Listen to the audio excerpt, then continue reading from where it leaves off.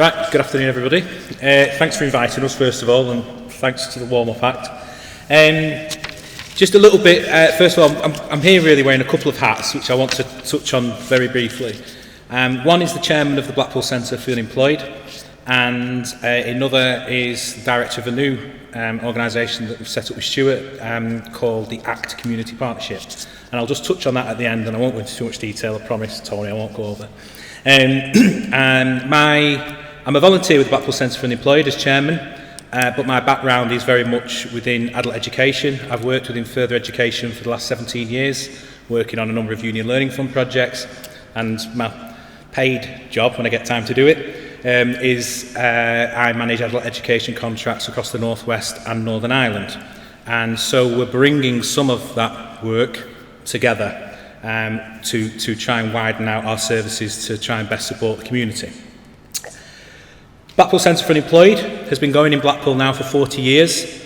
I've been chairman for 5 or 6, roughly, and I got involved some time ago when there was a sort of a slump in the funding and we lost some of the grant money. So I managed to sort of pick the charity back up, and we're in a much stable position today, thankfully. The services we offer are welfare rights support, form filling, general advice, PIP, universal credit, and when I say the welfare rights, we support people with assessments, we will fight battles for them, and we will sort of not take any messing when we need to. We've had the offer of funding from certain sources in the past, for example, but would have prevented us from appealing decisions, which clearly is not something we are at all comfortable with. We have significant successes with appealing benefit decisions.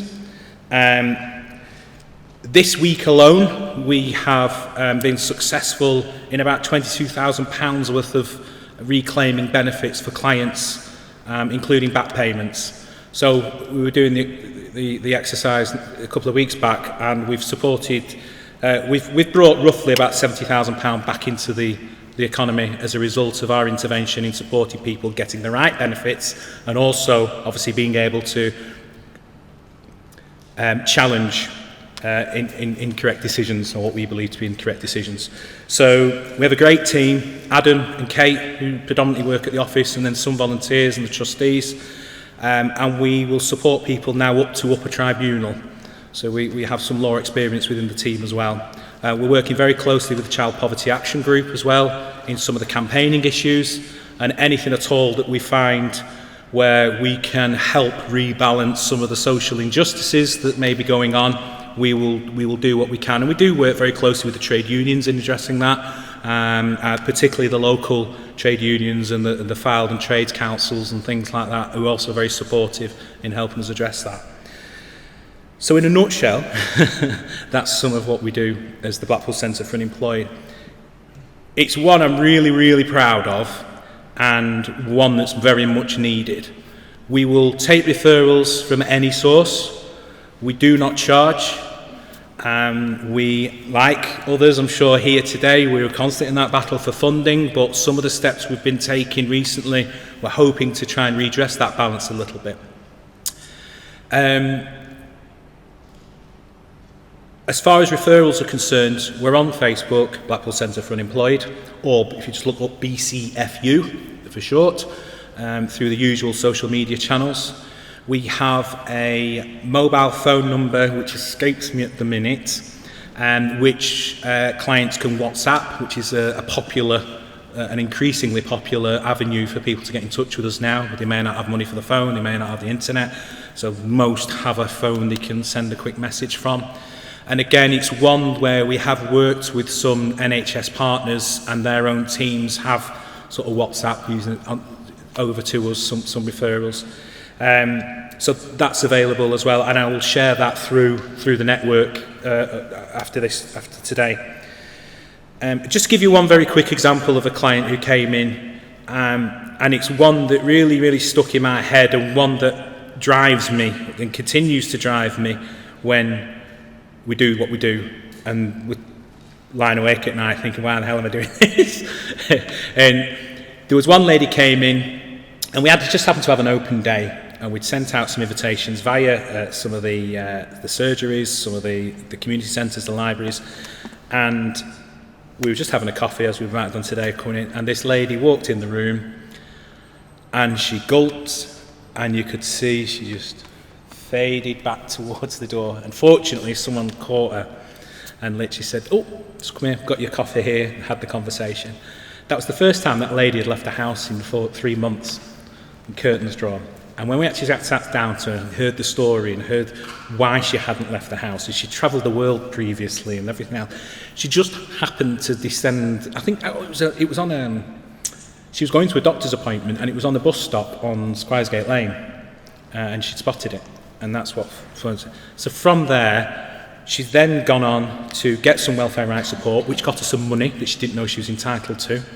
Then she went on to do an online basics course, then she went to do, and now she volunteers for another organisation locally. So that A to B for that person has been phenomenal. And now booking a coach trip, she hopes, down to Devon, which is nice to hear. So that's what Blackpool Centre for Unemployed is about. I just want to touch very briefly on the ACT Centre partnership, which Stuart's already sort of briefly touched on. The ACT Centre Blackpool is going to be based on Waterloo Road in South Shore, and it is a partnership, a genuine partnership with Social Enterprise Solutions, ourselves, council and the community, and it's a centre for the community, but we're not really a community centre, if that makes sense. We have facilities within that centre which are a series of consultation rooms which will allow us then to do the counselling, to do the welfare rights. There'll be facilities there for other organisations to use, hire, come and have the conversation if there's opportunity there within your own organisations. And we have training rooms also. It's a 2-storey building. I don't know if people know, it used to be Abermarley Gold, and it's on the opposite corner to Hearts. There's a shoe market on one corner, the amusements, Hearts, and then there's us.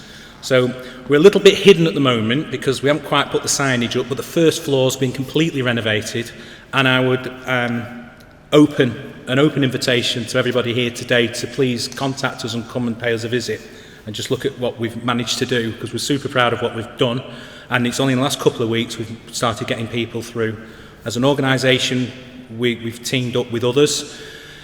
It's not designed to be a crisis centre as such.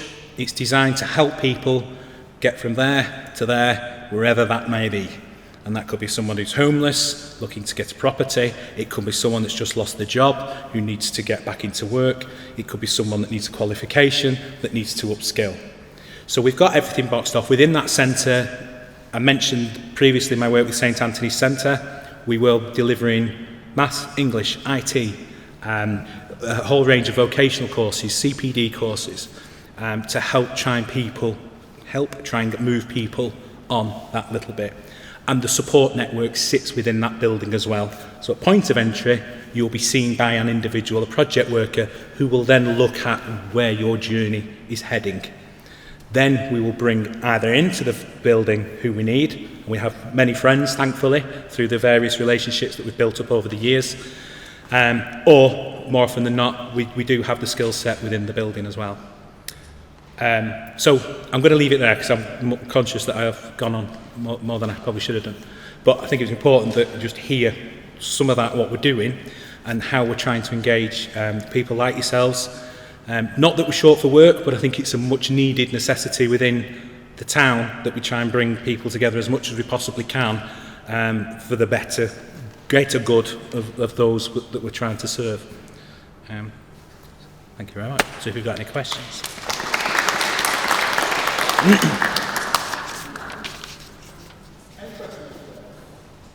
Yes. Where was your building again, sorry? It's on Waterloo Road. It's on the corner of Bond Street and Waterloo Road. So if you know Nocciani's ice cream is always the favourite. We're just further down. Yeah, just further down from there. So yeah. Walk in. Sorry. You can just walk in. Yeah, I mean, ideally at the moment, so it looks a bit odd at the moment, if I'm being honest. So when you look through the window downstairs, it's still, we've managed to clear the space so it's safe for people to travel through to the staircase. Once you get to the staircase, it's like an oasis and it's lovely and it's all new, and we've completely gutted the floor, and rebuilt everything up there.